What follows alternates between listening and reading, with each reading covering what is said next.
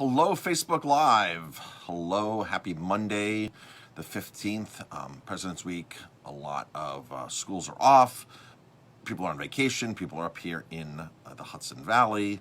Our Airbnb is sold out for the week. I have a family there staying with some kids. They're doing some local activities. Yesterday, Valentine's Day was super busy for us.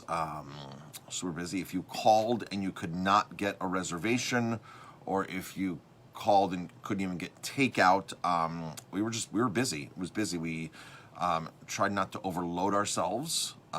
We sold a lot of boxes, a lot of Valentine's Day boxes. Thank everybody who got one. We got lots of great feedback from people. People actually started texting us pictures of the food at home, how they set it up. It was really cool. So thank you for everybody who got boxes from us and got a. Joel's saying I look rested today. I think it's just new lighting, Joel. I'm in my office and I got some new lighting in here. So I set my office back up. So I got one of those ring lights. So check this out. So there's no light there, right? Even though I have like really good backlighting. I really have good backlighting because I for photography and stuff for those cube box I used to have. So I have this really awesome lighting, and I have lighting in the back. But then I just got this ring light. Jamie, if you've been into the bar, Jamie uses the ring light when she does her Facebook Live. So that's no light on me right now. And there we go. There's a little bit of light, and it has different settings here. So there's a little more yellow, more brighter. Oh, that's not comfortable. So there we go. So yeah. So maybe I just have better lighting, Joel. I don't know. It was a busy weekend. But thank you anyway for that compliment. Wow, got a lot of people on. So, so we were busy this weekend, all weekend long. We're probably going to be busy tonight unless the snow dampers things, which could be possible. It's icy out now. It's a sheet of ice out there, right? Yeah, be careful if you're going out driving. We walked out this morning. It was super icy, and now a little bit of snow yet, Jamie, or no? It's just ice. Just ice. It's ice. Okay, yeah. So super busy weekend. Tonight's our Tonight starts our new $9.99 special. We have two great $9.99 specials. The email's going out soon. It is pulled pork sandwiches on a pretzel bun, or double vegan brats. That is starts tonight $9.99 for two vegan brats, or the pulled pork sandwich. We did a vegan special last week, and it was a huge hit. It was very good. So sorry if we've neglected any of our plant-based friends. We don't mean to do that. It just was just out of sight, out of mind. But if you're going to keep buying, we'll keep doing. So that's the situation with that. So saying we were busy, we got a lot of great positive feedback this weekend. People text us their pictures of their dinners at home. People messaged Jamie. We got pictures. We had a couple good reviews online. I got a good Yelp review online. And this morning I opened my emails, and we got a 2-star review, a bad review this morning. Folks, if you have a bad experience at a restaurant, please speak up. Please speak up. If the restaurant doesn't fix the issue, then go to social media and go to Yelp and do whatever. If this person would have complained to me, I probably could have fixed the situation, and they would have left happy knowing that I care, and that I wouldn't have charged them for something that they didn't like, and this and that. But people don't do that.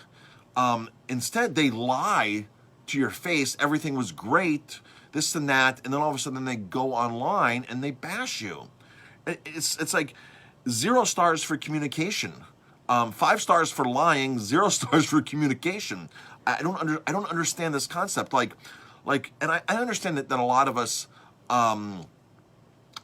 just are caught off guard, and we don't want to cause any problems when we're at a restaurant. So everything was good, but then call the manager later the next day. Say, you know what, I ate there last night. I told the server everything was good, but it really wasn't. This and this were wrong, or that was wrong. So here's the review. I hate to write this, as this business is clearly trying to offer something useful. And it may do so as a place to get together for people in the area. We have a lot of great locals that come in, but we are huge destination restaurant. People travel from all over for us, so we're far more than just locals. I was hoping for high quality farm to table. Unfortunately, the food was a total disappointment. The wings were actually inedible. The wings were actually inedible. Service was friendly. People to the table next to us were drinking, cursing, and standing up without masks. This was not appreciated. Okay, so now when a review like this comes in, we immediately send a snapshot to our whole staff. Then the staff looks at it and goes, okay, I think it was this table, this table, and this table, or this table. So every single person this weekend ate all their wings except for one table. So we kind of narrowed it down. Okay, so this one table didn't eat all their wings. So then we reenact, we look at the video cameras, we reenact with the server, like okay, with our staff members. So what happened? Okay, so then now our team member says, they didn't complain to me at all. They said everything was great. I asked them why they didn't eat their last two wings, and they said they were full. But then the staff member goes, and all of a sudden, abruptly, they seemed to get very pissed off, or got pissed off, and asked for their check and rushed out. But again, they told me that everything was fine. And he goes, I specifically asked them, how are the wings? Oh, we're full. And they ordered a tuna, which is our best-selling dish, right? And then they order a polenta skillet, which is a great dish. I can't say 100% is for these people, but I'm pretty sure it's 100% these people, 99.9%. This is the table. We are constantly policing people on masks. People sit down. They sit down constantly. They sit down at a table. And when you're eating in the motions and you have to go to the bathroom, I would say probably 20, 25% of people just get up and start walking towards the bathroom. Like, you got to put your mask on and this and that. But people will stand up at the tables and sit down. And, you try to police things like that. However, it's hard to do. And people are fed up with wearing masks. And here's the bottom line. If you're upset that a table next to you, now our tables, the health department came in, and our tables, that's why we have all those doors in the restaurant, all those old vintage doors, because they're barriers between tables. So you have to be 6 feet apart unless you have a 5 foot tall barrier. So our booths are 5 foot tall, and the doors, of course, are 80 inches tall. So the health department actually loved the idea of the doors. And so he came through the health department, the inspector in the beginning, and said, you're fine sitting people here. He actually told us where we could sit people. If you're uncomfortable with a table that has a barrier in between, or that's 6 feet apart, that stands up without a mask on for even a moment, you probably shouldn't be going out to eat. You should probably be staying home if you're, now I'm not saying that's wrong, I'm not saying that mindset's wrong, but if you're going to be uncomfortable, don't make yourself miserable. Okay, especially on Valentine's Day. We turned away a lot of people last night, a lot of people that would have been happy to sit at that table, or whatever day they came in. We were busy all weekend. There were a lot of people that would have been very happy to take that seat instead of somebody that's going to nitpick, and if somebody stands up without a mask on, be irate. And I'm not saying that's the wrong or right mindset. I'm just saying, get takeout, eat at home, things like that. It's very simple. But here's really the most important thing. And I'm going to say, I've said this a lot. Of course, we're not perfect, and I know that. We're not perfect. And the wings could have been overcooked. The wings could have sucked. The wings could have easily sucked, right? But if you don't tell me, I don't know, and I can't fix the problem. And by going on Yelp or going on all these review sites, it shows like the true colors of a person, like how angry and upset and they could actually be.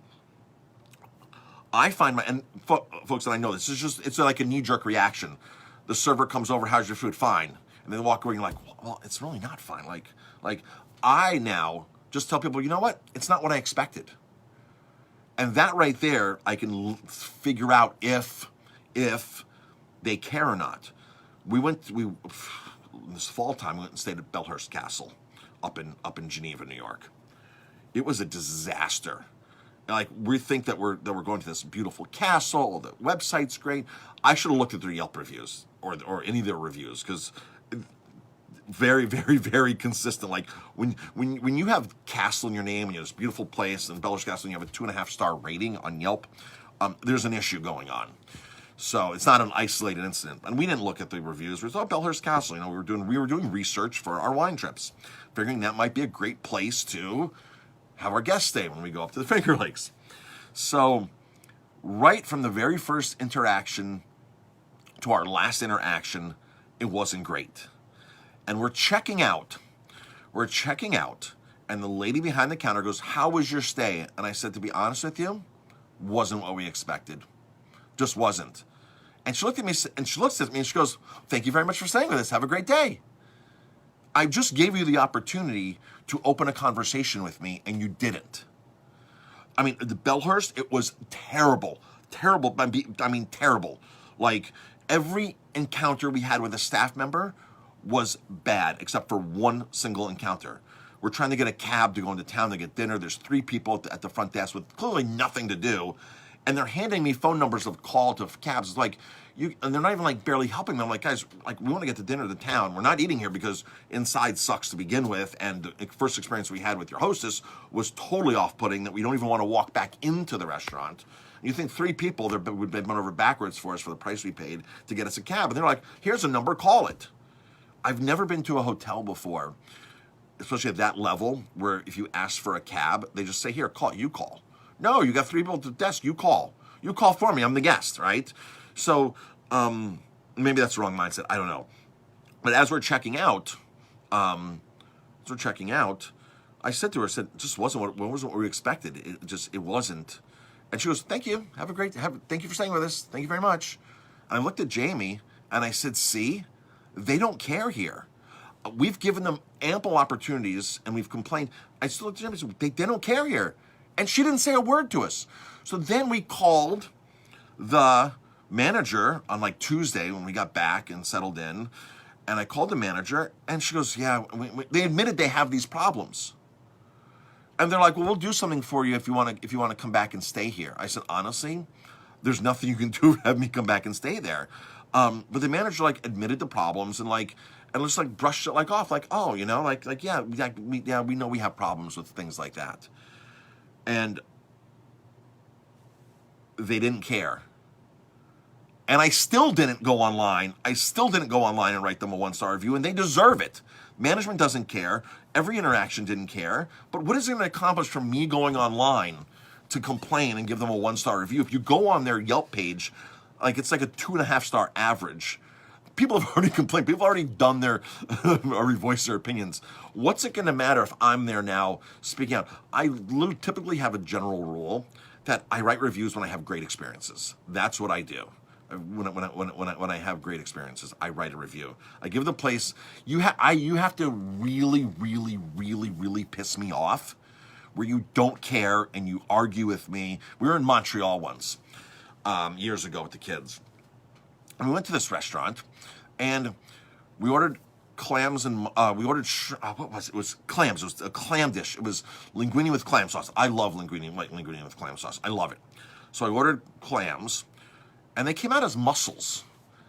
And I called the owner over. I called the owner over, and I said, I ordered the clams. This is the wrong dish. "Oh, no, we're out of clams." I said, "Okay, 6 mussels on the dish. 6 mussels. 6 little Prince Edward Island black mussels, as opposed to 6 clams."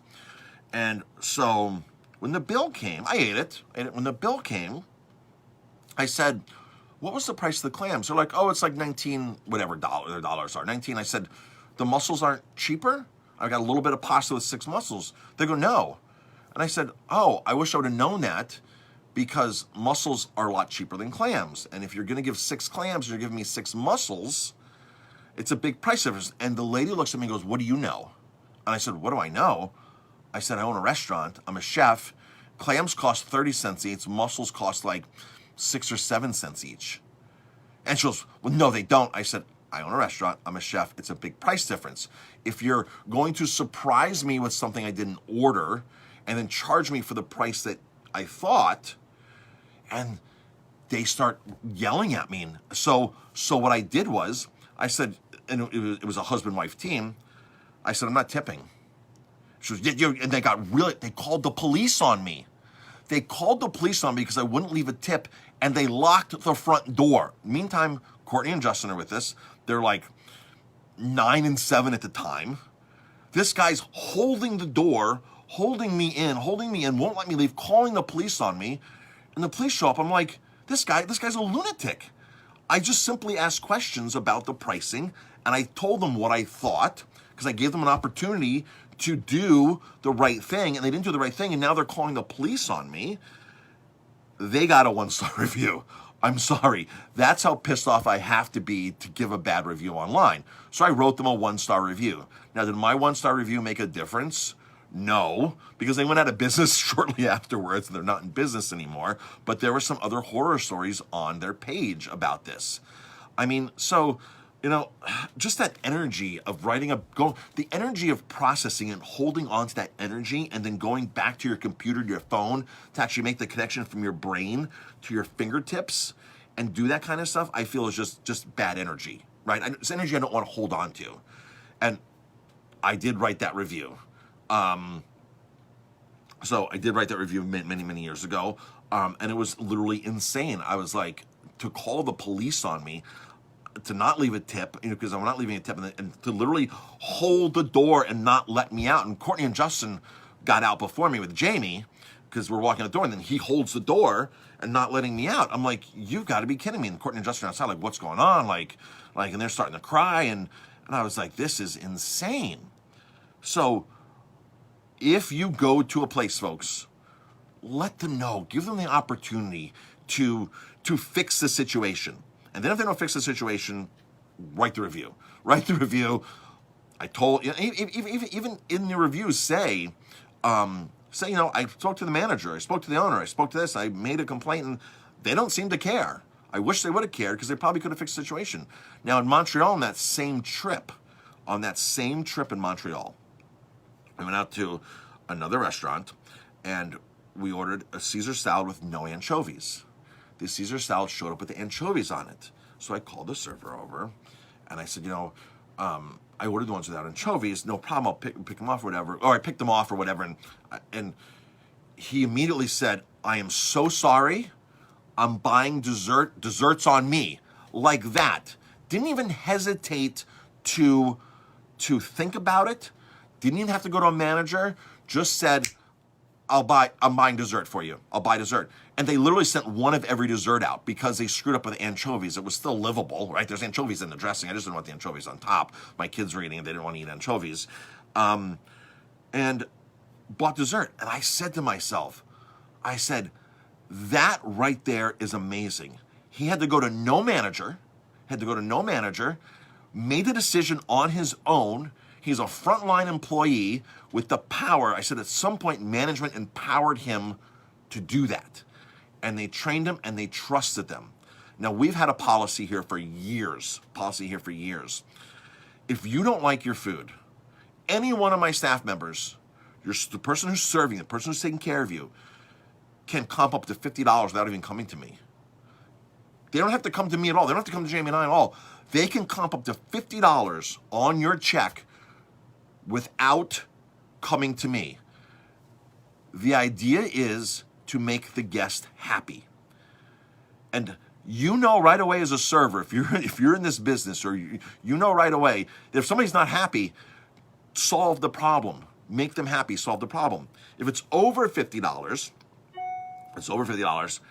we would like them to come to me. Only once have we ever done over $50. Only once. And they didn't come to me, the staff. I didn't get upset because I would have told them the same thing. Comp the whole bill was $65. They put a ticket into the kitchen. The chef at the time, years ago, didn't see the ticket come in. He was doing something else. Didn't see the ticket. Wasn't paid. It was a slow. We make most mistakes in this industry on slow nights. Slow nights is where we make the most mistakes. When it's busy, you're in the rhythm and you're going. But on slow nights, you get sidetracked. You're doing something else. You're trying to get other work done, prep work. You're doing inventory, whatever. The chef didn't see the ticket come in. It sat there for an hour. The server was off too. If you don't see the chef back there cooking the burger in 15 minutes, you probably should say, hey, did you see that ticket? So the server was off, the chef was off. An hour later, we discover, Jamie and I weren't there. Jamie and I were not there.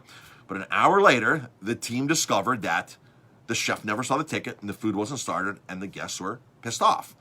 And they didn't realize this until the guests were pissed off, like, where's my food? So clearly we were wrong. Totally wrong. $65 bill. They got their food, and our staff member comped 100%, say there's no bill tonight. There's no bill tonight.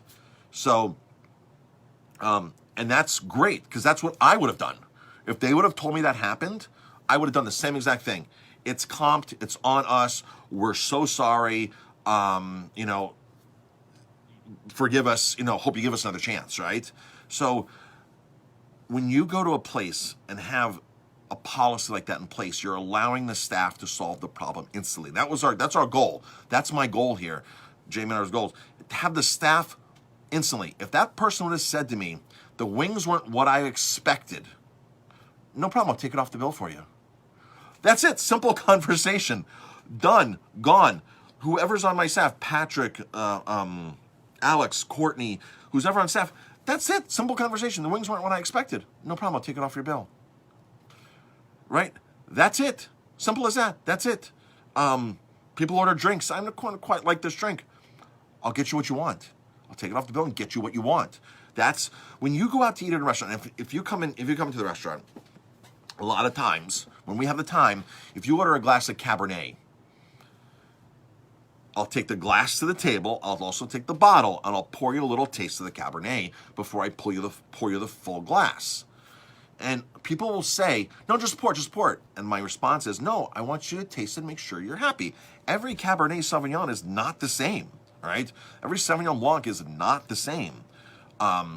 Taste it, make sure you like it, and then I'll pour you the full glass.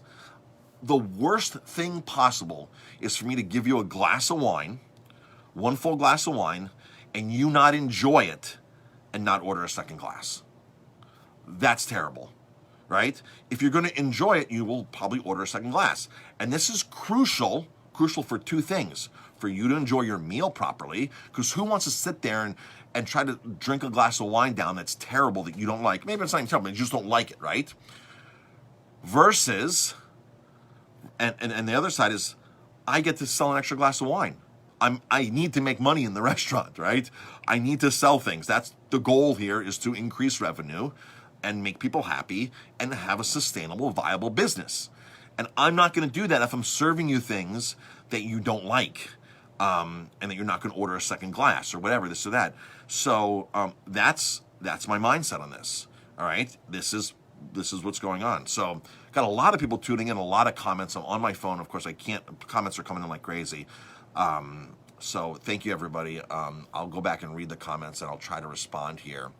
But I would love for all of you right now, today, if you have had a good experience at a restaurant, doesn't even need to be my restaurant, any restaurant, go write them a review right now. They will totally appreciate that. Share some love and go write a positive review.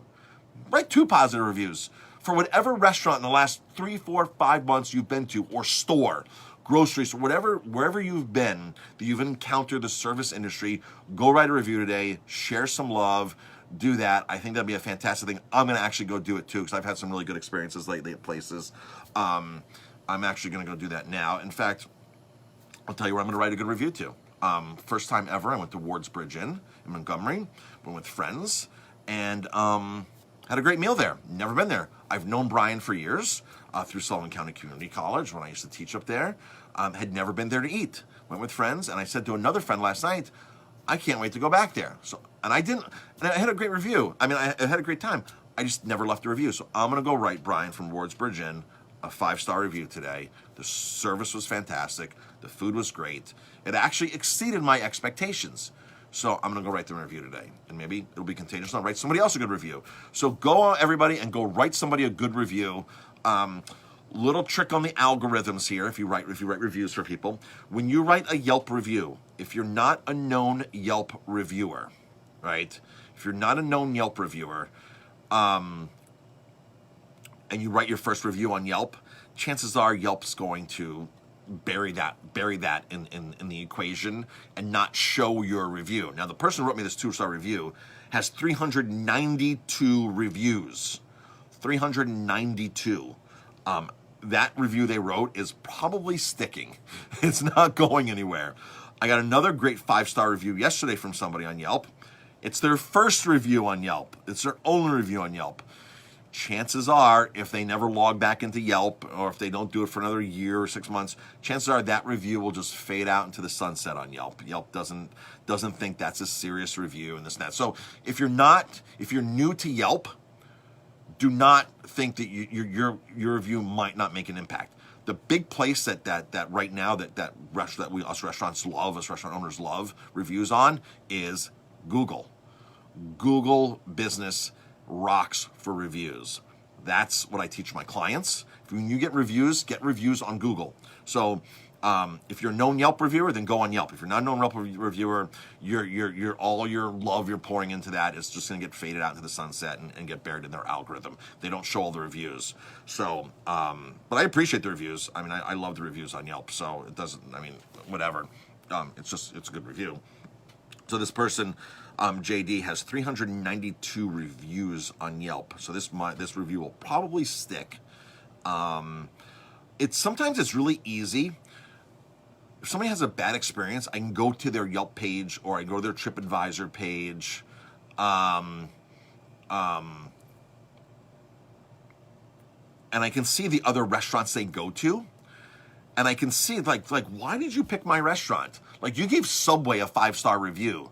You gave, Dunkin' Donuts or Kentucky, you gave these fast food places 5-star reviews. And then every, nicer place you've gone to, you've given, 2 stars to. So I automatically know, why did you pick my restaurant? Based upon your reviews of other places that I like, that I would go eat, you gave them bad reviews. So are you being critical? And some of the most critical people in this industry are actually other chefs. Other chefs can be very, very critical of their competitors or people that have been successful in the industry. So a lot of chefs will oh, what does that chef know? This and that. And they'll go there and they'll pick apart every single thing that they're doing. Those days are long over for me. Long. When I go out to eat, I don't want to pick apart anything. I want to go enjoy myself. I will veer off of my diet to enjoy myself and not be uptight and tense and have poor digestion. I'm going to go wherever I go. I'm not going to go crazy and order stuff I would definitely not eat. I won't eat I wouldn't order foie gras. I don't really eat meat out. I really don't eat meat to begin with. I don't eat meat out because I don't really trust where any restaurant gets their meat from. But I will eat. If I know that it's truly wild salmon, I'll eat salmon. Sometimes I'll eat calamari. I won't eat shrimp out. But I will veer. I will eat cheese and dairy out, which I typically don't try to eat that much cheese and dairy. I try to avoid it when I can. But I'll eat fried foods when I'm out, knowing that the oil's probably rancid, that they're probably using GMO oil, cheap oil, or whatever. But I love French fries, right? So, but I don't stress about those things, like how you cooking your French fries. I don't stress about it. I'm ordering it. It's the consequences of eating something like that, whatever. But I don't stress about it. I think it's more consequence sitting there stressed out, like I'm on this strict diet. And if you have a gluten sensitivity, totally fine, because you're going to get screwed up, right? If you have celiac, you're screwed up. So that's legitimate, right? An allergy is totally legitimate. But I don't want to sit there and be and just be uptight and uptense about everything that's coming out. I'm going to have a good time, to enjoy dinner with my wife or my kids or friends or all the above at one time, right? That's what I want. I want an experience. And when I went to Wardsbridge Inn, it was a great time. We had great friends with us. The waitress was great, and the food was good. Not my normal diet, not what I'd go to the store and buy for myself to eat, but I enjoyed myself. And there's no reason for me to pick apart anything about anything, because that's it's just like if you're uncomfortable going out because somebody might be stand up at a table without a mask, then don't go out, right? Just don't. That's not your comfort level, good or bad, whatever your belief is, good or bad. So that's the situation with that. So a bunch of people tuning in. Thank you everybody for tuning in. I really, really, really appreciate all the views. Jamie and I can't thank you enough. Jamie's not here in the office. She had to run out and do some errands and do a few things. I'm going to try to go run here in a bit. It is a little icy, so maybe I'll put my spikes on and go onto a trail. So instead of going on the road, I can't run with spikes on the road. So and the road a little slippery out there. Hope this. I wish I could read some of these more comments. So let's see here. Daniel says, I had a thick French cut pork chop cut into it. It was raw. I showed the bartender, who was our waiter. He said I should have have them put it back in the oven. I'm like, yeah, you think? They didn't comp me anything. Yeah. If I have to take food back or something like that, and again, we're not perfect, right? Things happen. We're trying to buy you something. Christine says, why would you leave a review for a fast food place? I don't know, Christine. But, right or wrong, some people do. Some people like to add as many reviews onto their Yelp page as possible, because then they get like the Yelp elite status, and it makes them feel empowered and this and that. And, you can walk into a restaurant, I'm a Yelp leader and something like that. I think it's just for content, just to show off and for their content, right? So, Michael's saying, thank you for all this information. Michael's a fellow restaurant owner. Jennifer's saying, good to know. We have had some great small, newish businesses in our village. Yep, so Google them positive. Heidi, I think I wrote you a paragraph on Google. Thank you, Heidi. Thank you very, very much. Appreciate that. Karen says, Ward's Bridge, it's okay, but do not accommodate my gluten issue. Well, thank you, Karen, for hands down ATB. We appreciate that. A lot of restaurants aren't set up to handle gluten.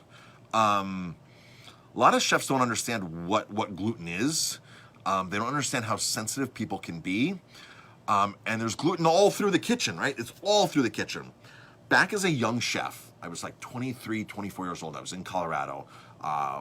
Restaurant I was involved with. I was a partner, chef partner in this restaurant at a young age, 24 years old. And in Colorado, people are very health conscious. Younger crowd, very health conscious. In Colorado Springs, Manitou Springs is right there, which is like the Woodstock of that area. It's like the Boulder of that area. And people would come in and say, I have this, I have that, I'm eating vegan, no dairy. And I was like, as a young chef, we weren't taught this stuff back then in school. I was like, this is crazy. So all the books that I have everywhere, all over here, I started reading health books and being like, I'm not going to be embarrassed as a chef when somebody comes in and goes, I have gluten sensitivities, or I have celiac disease. I don't want to be embarrassed. I want to be able to accommodate you. So I consciously made that decision to investigate, research, and do all that kind of stuff. So for us, I know that none of us should be eating gluten. Gluten's not one of those things that the human body is just, it's not set up to digest. Okay? Now, a lot of us eat it with no symptoms or no issues, but it's not the ideal food for anybody, for the human race. It's not the ideal food.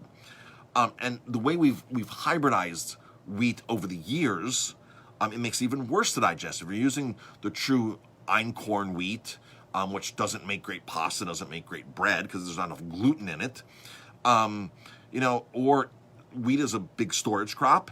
Contains a lot of mycotoxins, which are associated with cancer. It's a cancer risk.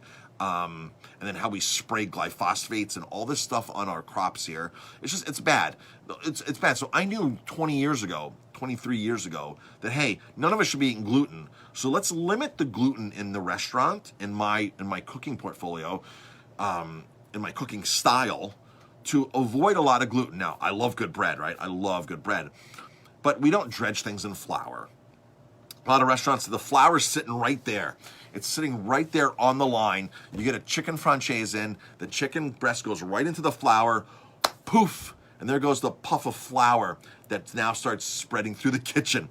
And then they fry that up, and then they touch that, and their hand has it, or the pair of tongs has it, and then they touch something else, and the gluten's everywhere in the kitchen. This is why a lot of restaurants just aren't good with this. So I learned years ago that, hey, let's just get rid of those ingredients in the kitchen and still have bread, still have certain things. But if I can reduce 50, 60, 70, 80% of the gluten that I was using, that other restaurants are using, that's unnecessary, I'm ahead of the game. And that's what we did. And so we're not perfect with gluten. And I always tell people, you know your barometer. Karen goes with us to Italy. And Karen knows what she can eat and what she can't eat. And she knows when it's worth it to eat gluten. Like, yeah, I'm not going to miss that. I'll deal with whatever issues I'm going to have, and I will, eat this and enjoy this. But in Italy, it's different.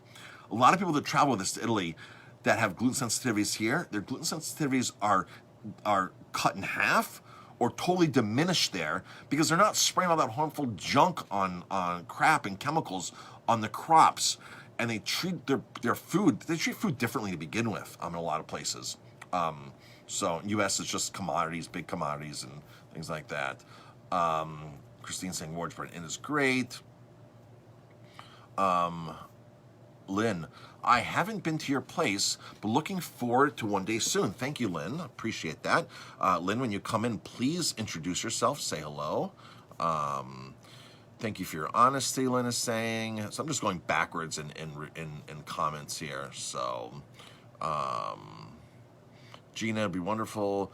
You show your staff the respect you make. The choice makes them a bigger part of the team. Yeah, when you empower your staff, empowering your staff is like key.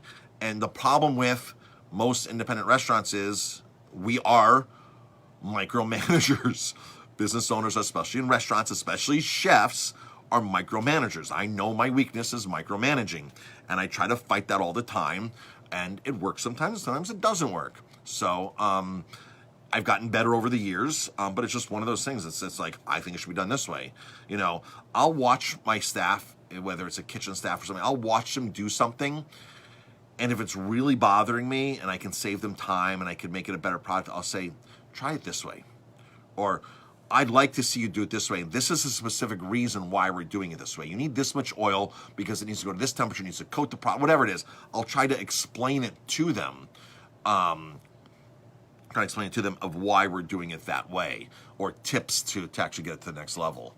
But it's never like, you have to do it this way or else. All right, bunch of people. Thank you, everybody. Thank you. I know it's a holiday, so a lot of you are probably home anyway. And it's miserable out. So, yeah. So, again, folks, go online and give somebody a good rating today. Whether you had an experience at a restaurant a week ago, a day ago, 2 months ago, they will totally appreciate it. And you know what they'll appreciate even more is when you can actually mention a staff member's name. When you can mention a staff member's name in your review, the owners are ecstatic. The staff member is even much more ecstatic because you remembered that staff member. So if you can, and in future reviews, if you can remember anybody's name and put that actually in the review, that'd be fantastic. They would really, really, really appreciate that. That is, that's probably one of the best things you can do in a review. So, all right, got to get to work here. Even though this is work, right? These Facebook Lives are work. This is part of my job. So every day, when Jamie and I talk about what we're going to talk about Facebook Live today. And she said it to me, and I said, I got the perfect topic. This bad review that we just got is the perfect topic. If you're tuning in late, folks, speak up. When you have a bad experience at anywhere, speak up. Don't, even if you don't want to speak up right when you're in the restaurant, call the manager the next day. Call the manager the next day. And if they don't fix it, if they don't care, then go on and write a review. Simple as that. But give them an opportunity, because we all have that knee-jerk reaction. Oh, how was your food? Fine. And then walk away and like, oh man, it wasn't fine. Why'd I say that? Or your wife, or your husband, or who you're with is like, you didn't have a good meal. Like, why'd you just say fine? They need to know. Folks, if you don't have a good experience, especially with us, I'd like to know that. Let me know, because I can fix it. And I'm not only fixing it for you, I'm fixing it for the next person that orders the dish. And the next person that orders the dish. And like I said, we're not perfect. We screw up. This is not like a very simple process where everything's run by a machine and it's systematic and something goes through a line. It's not like corking wine or bottling things. everything's more systematic and fills up exactly. And, you know, everything's scaled and metered, and the cork goes in, and the seal goes on, and the heat goes on, and this and that. It's nothing like that. We're dealing with taking ribeye steaks and cutting them into steaks, right? Ribeyes, cutting them into steaks, taking the salmon, having everything ready, and then all of a sudden in the middle of service, holy cow, did we sell all of our ribeyes? Somebody go cut more ribeyes now. We need more ribeyes. I need more steaks. We sold more steaks than I thought. Somebody cut them, and everybody's looking like, well, who do you want to cut them? We're super busy right now. So now one person has to pull off the line because there's a ticket in that has 2 or 3 ribeyes that you can't cover the board anymore. Now somebody has to pull off the line to open up a package of ribeyes, get the sheet tray, get the color-coded cutting board, make sure you're sanitized properly, you know, maybe clean up after yourself, and cut steaks, but go away from making salads or doing something else that other guests are waiting on. It's just not systematic in a restaurant like this. You can do all you can to forecast and prep and make sure you're good to go, but things happen like dropping things. I'm a firm believer with myself. I say mental mistakes are not okay. Mental mistakes are not cutting enough ribeyes going to the night knowing that you're going to sell more ribeyes. That's a mental mistake.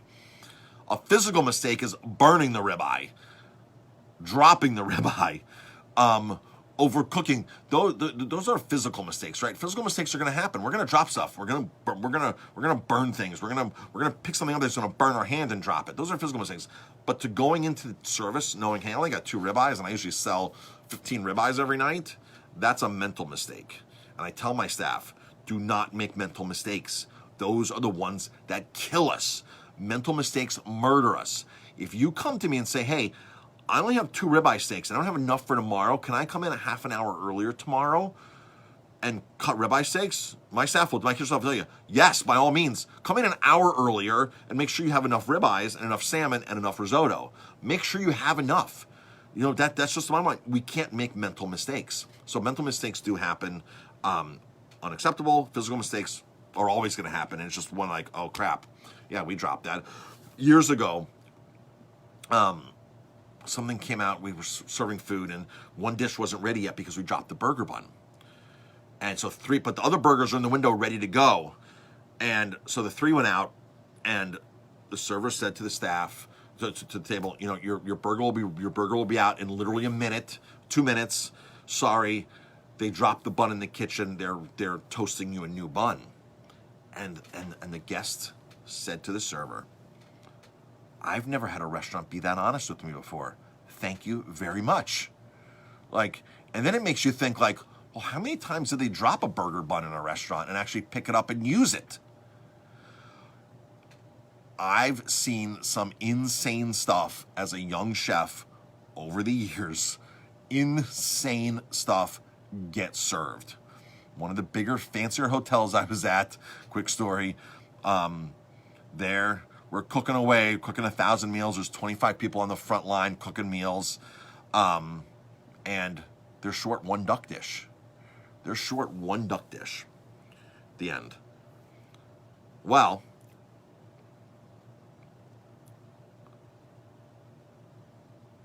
I'm sorry, I was just reading a message from Jamie. Well,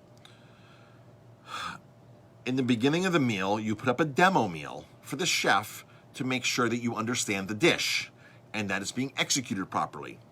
So the demo dish typically gets thrown out. It gets put up on the top shelf forever. End of the night, 4 hours later, oh crap, we need a duck. It wasn't my station. Not my station. We need a duck dish.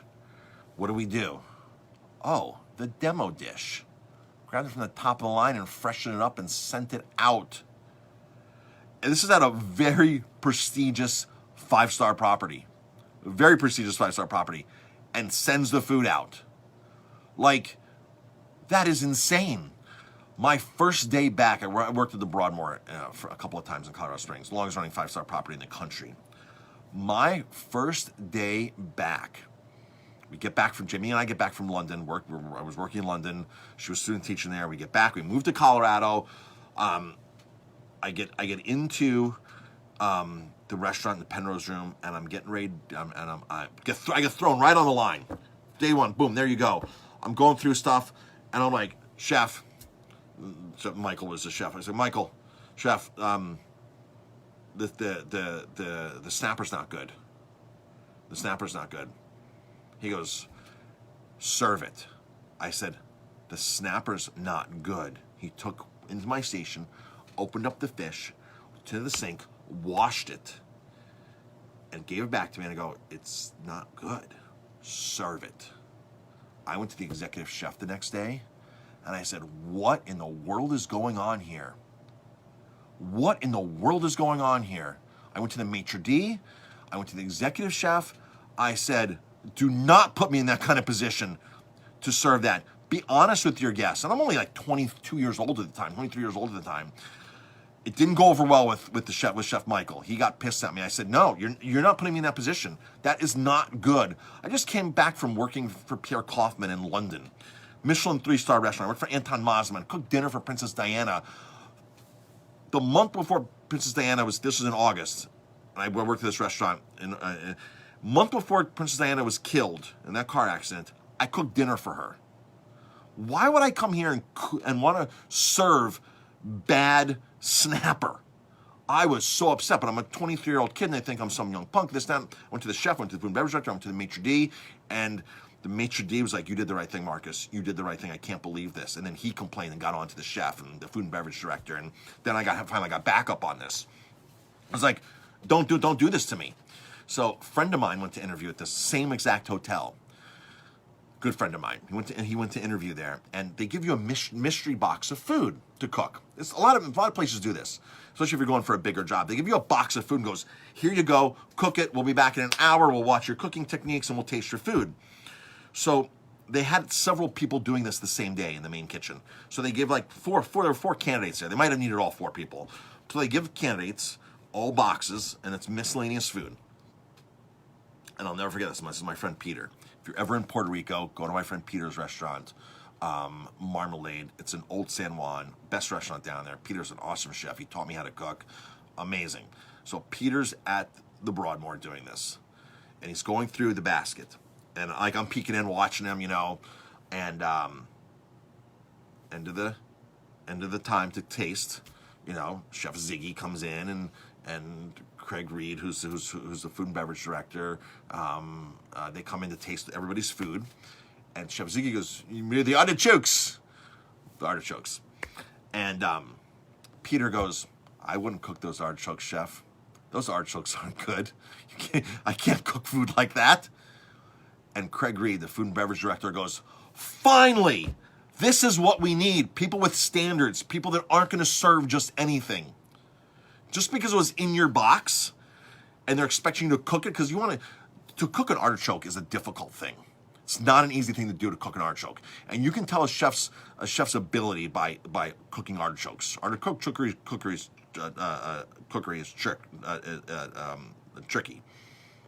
And he goes, those artichokes are bad. I'm not cooking those. And the food and beverage director was like, finally, this is what we need. Somebody with standards, somebody who's not going to serve food, knowing what I just went through the month before starting there, right? So it's insane what can happen at some of these places. Insane. And just because you think the place is an amazing, amazing place, this is why I'm a huge fan of open kitchens. I'm a massive fan of open kitchens. Show me what's going on. Let everybody see what's going on in the kitchen. When we first opened Aroma Time, when you walk past the kitchen, there was a door there. That was a door. The door is still downstairs in the basement. It was a 2-compartment door, top, bottom, on double tinged both ways. There was a door there. And I took the first thing I did was take the door off. Like, we don't need the door right here. Walk by, say hi. I'll wave to you if I'm cooking, right? So if you want to peek into the kitchen and say, great job, whatever, this or that, or hey, the wings sucked, you can do that. It's right there. That can happen. So, all right, folks, I'm going to get going now. Jamie needs me. Everybody, thanks for tuning in.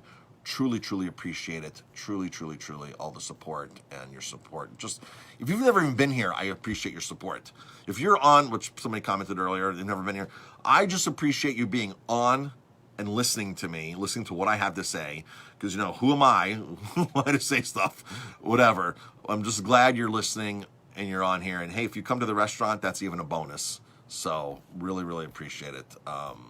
Remember, go write somebody a review today. Go online, go write a restaurant a review right now. Doesn't need to be mine. I'd love you to write me a review, good review. But go on and write a good review of any restaurant that you've eaten at in the last 2-3 months or during the pandemic or whatever. Leave them a good review. If you did not have a good experience, pick up the phone and call and say, hey, just wanted to let you know I ate there last week, last month, and I probably should have told you earlier because you probably could have helped you fix the situation, but the wings are inedible. The wings are totally inedible. All right. If anybody's had that problem with me, call me. 647-3000, call me. And I'm going to tell you, the next wings are on me. The next whatever's on me. Give me an opportunity to fix the problem. I don't want anybody to say something bad about me and leave here and be like I at least want to try to fix it. So if you're watching this and you had a bad meal here 6 months ago, call me. Call me. Let's talk. I'll fix it. I'll fix it. I'll personally cook it. Whatever needs to be done, I will do what I can. So, all right, folks, gotta go. Rock and roll. Talk to everybody later. Have an amazing day.